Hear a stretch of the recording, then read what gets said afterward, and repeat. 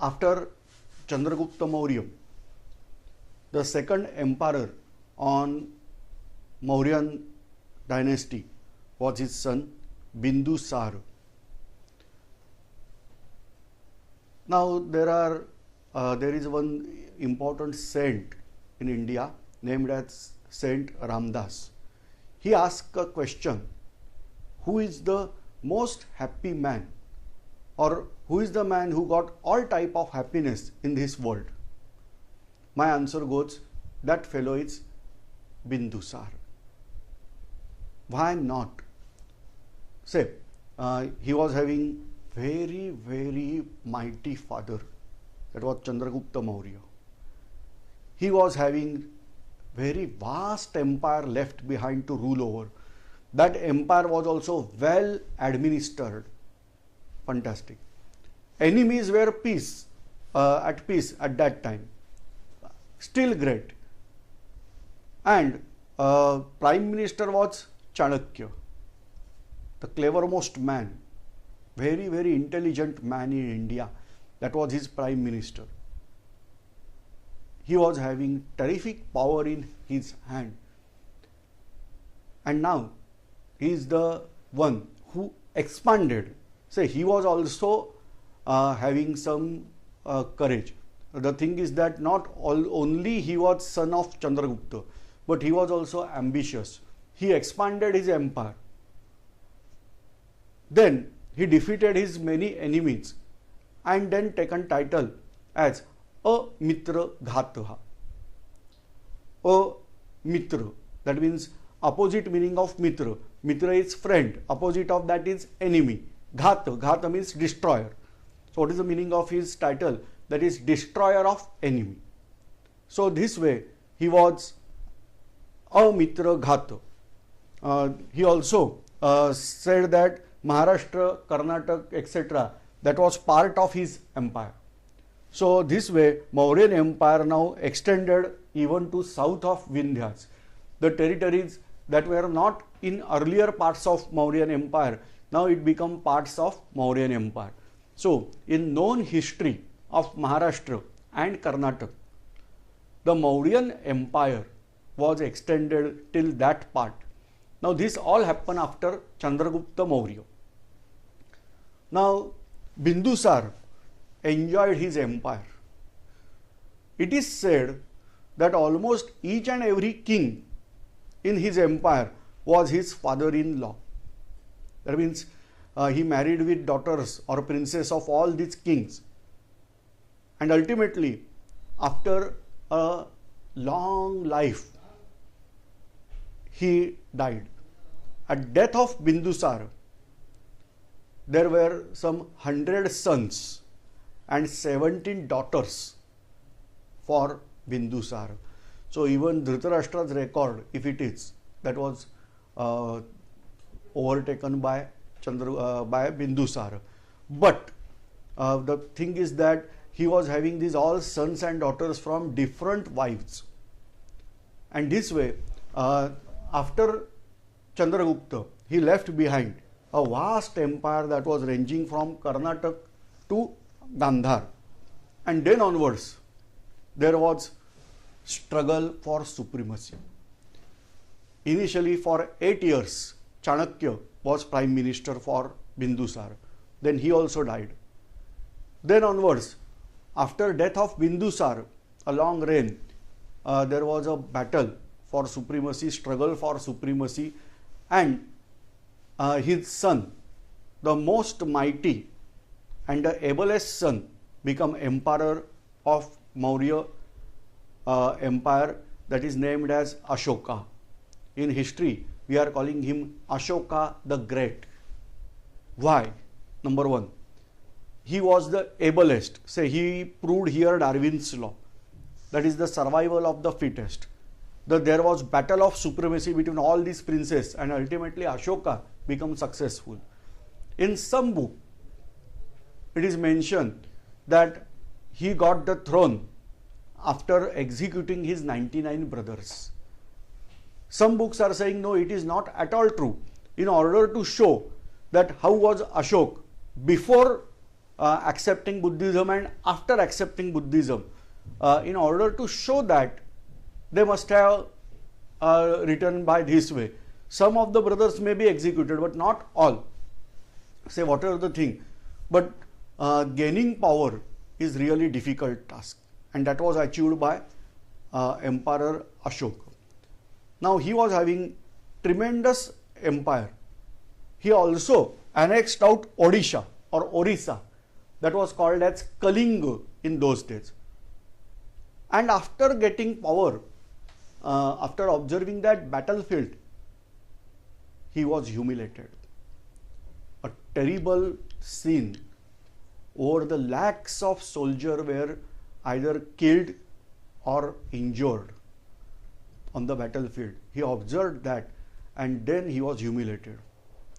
Then his mind searched for peace. Ultimately, what was not there with Emperor Ashoka?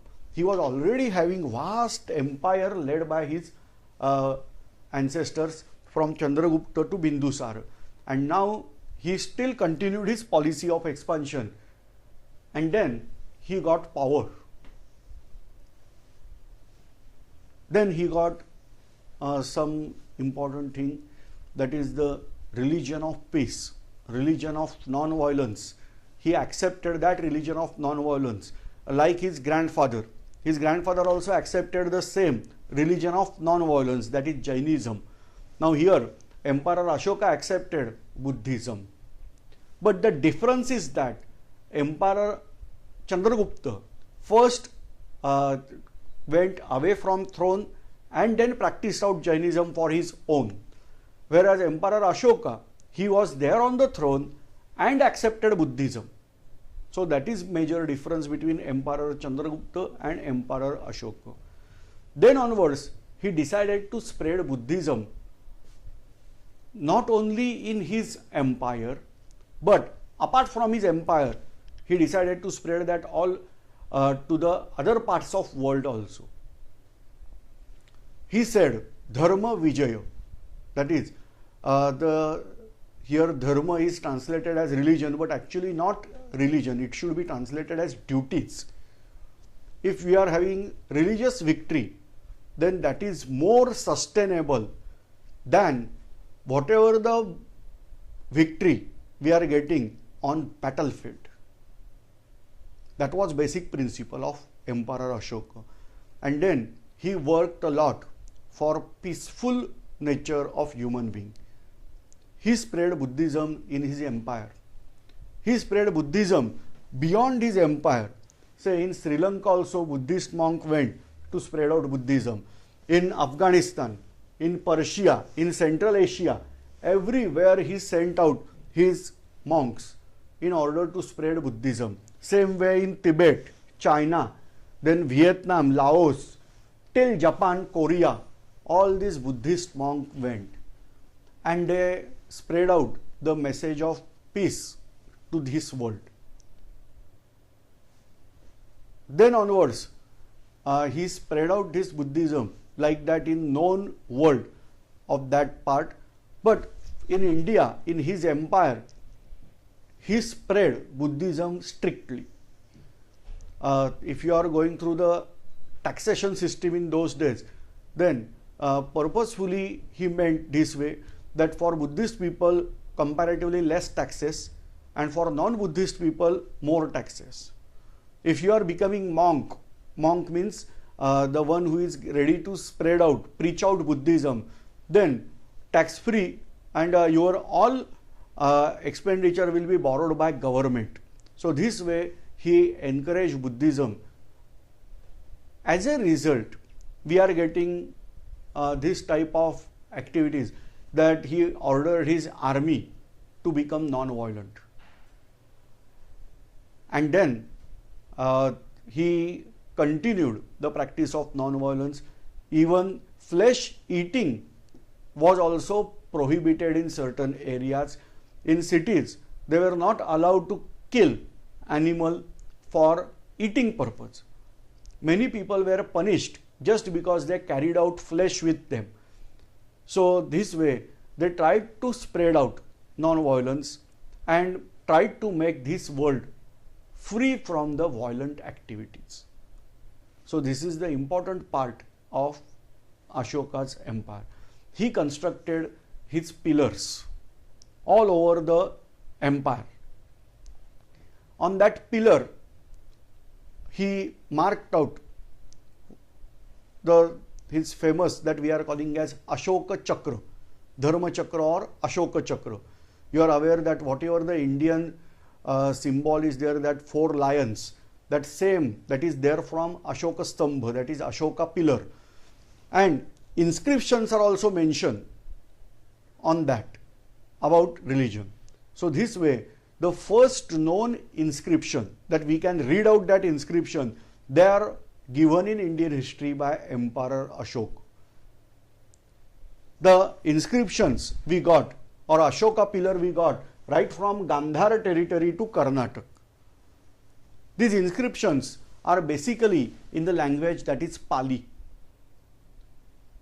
But certain things, say when in case of Gandhara, inscriptions are there, the inscriptions are there in Pali as well as Greek language. But in Karnataka, it is not in Kannada, it is only in Pali.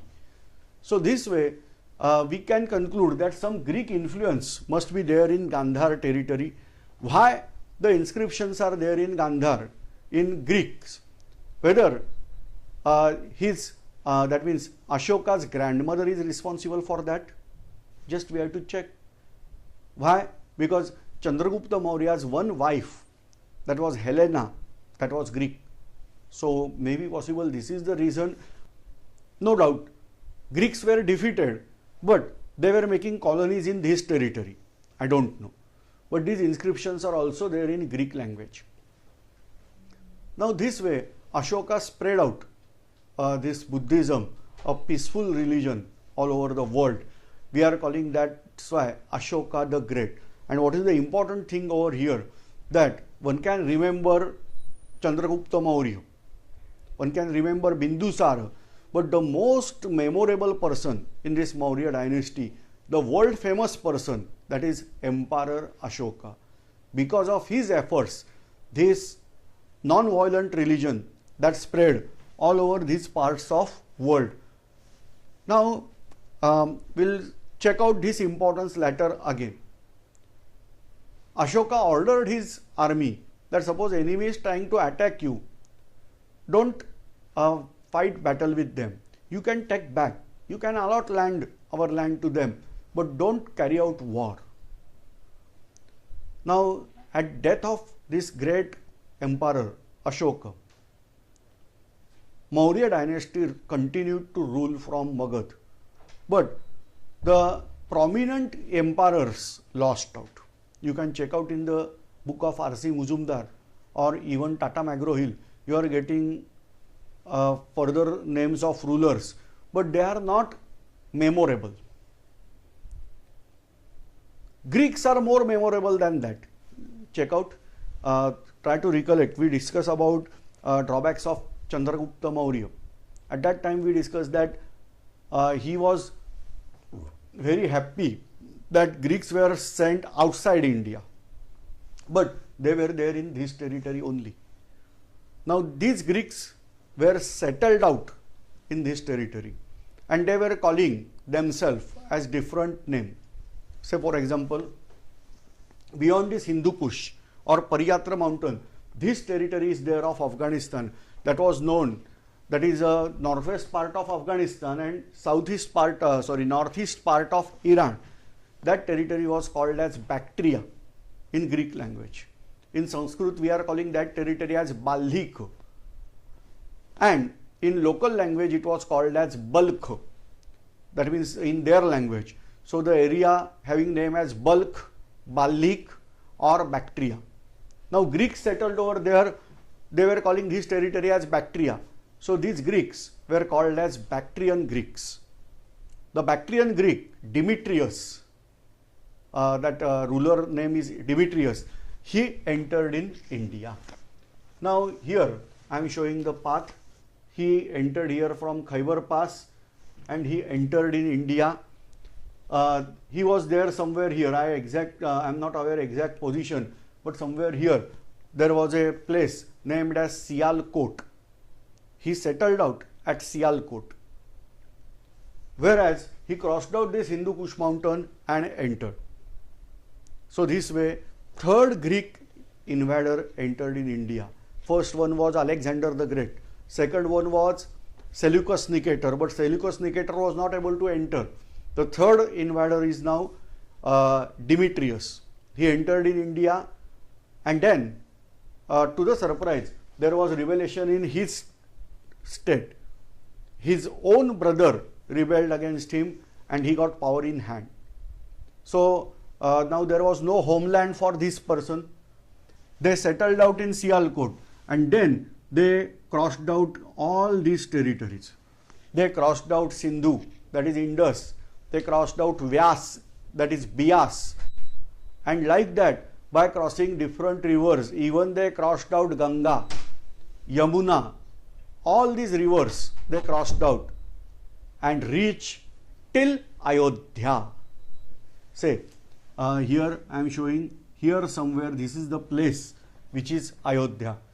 Keep in mind, Alexander the Great was not able to cross out river Bias.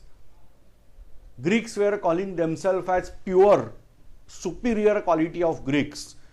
Whereas these Greeks now called as inferior quality of Greek. Why? Because they are not directly coming from Greece. They are now Asianized Greeks. They are having less power.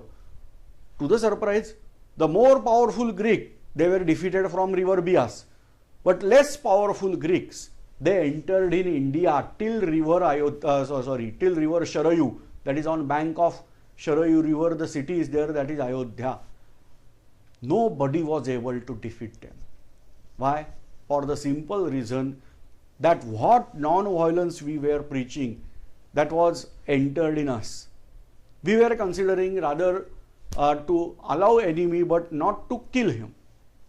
And this way, India became victim of Greek invasion, that is under rule of Demetrius. The northern India, we were calling them as Yavanas.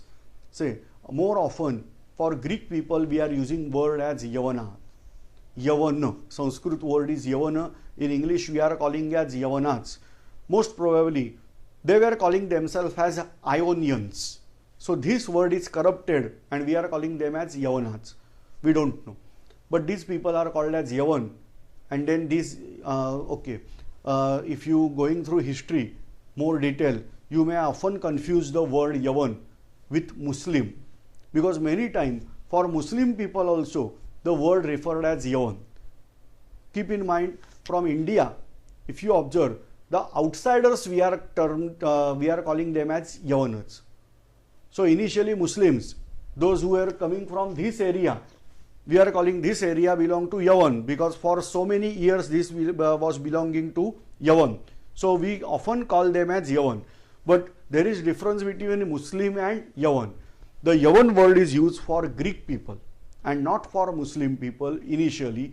Later on, now see, till here there is no establishment of Islam religion in the Arabia. Even Christianity was not born, and therefore these are only word Yavan meant for Greek. Now these Yavanas occupied northern India until Ayodhya they went.